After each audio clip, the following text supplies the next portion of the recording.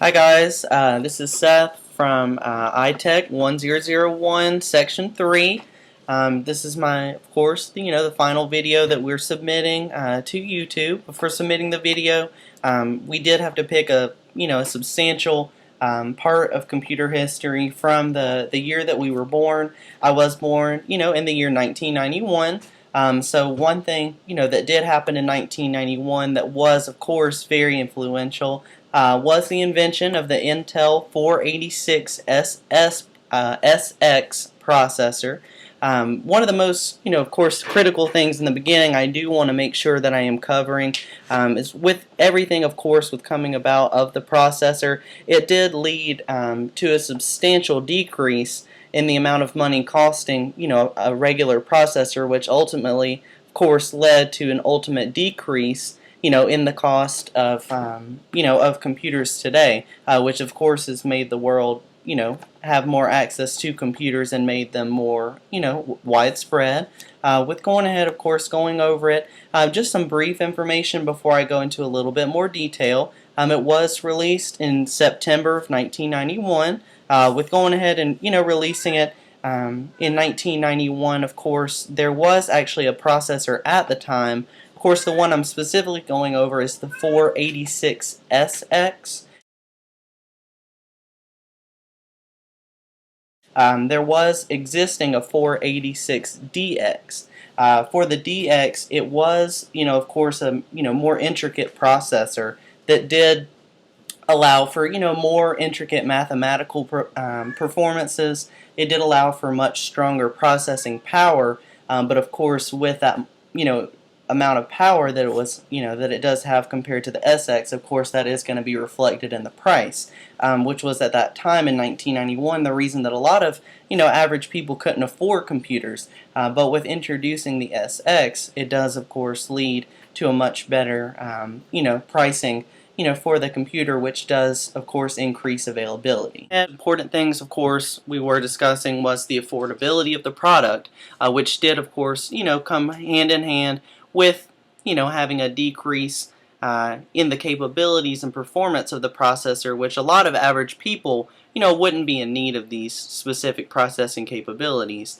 Intel was, of course, really smart with their marketing by marketing a product that seemed similar, with introducing, the 486SX in, of course, comparison to the 486DX. With introducing it, it seemed very similar. A lot of times people would see it as the same thing, but they would see the price a lot different, and they would say, well, of course this is more affordable a product. I wouldn't need the top end of the product. I would just need something that would be sufficient.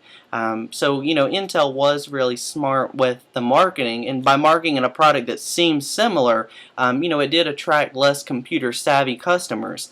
Not only with introducing this, did this help save, of course, Intel wasn't struggling as a company, but it did support, them, of course, financially.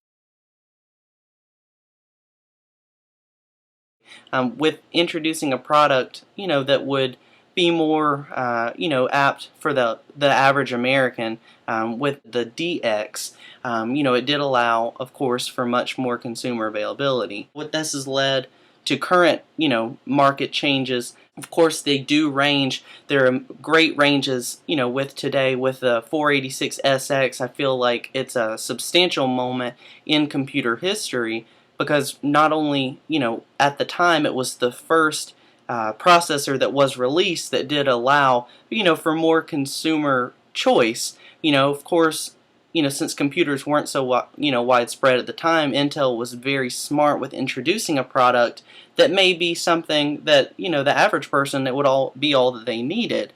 Today, of course, processors do range to meet everyone's available income. Today's average computer, it can run anywhere from $300 for a basic laptop with no disk drive, all the way up to thousands of dollars, for a higher-end gaming PC. It just depends on, specifically, of course, what the individual will be using this product for. Of course, it changed, as I was discussing, the availability in the market, and also consumer choices. With more choices, of course, consumers are more prompt, to make something, to purchase an item if it's more within their affordable income. 86SS Intel processor that was performed. Some of the main features that I do want to highlight, since it was, an intricate part, and for me, I do consider it actually the breaking point, from computers being something only available, to the very wealthy or to, members of, corporations, scientific communities, and things of that nature.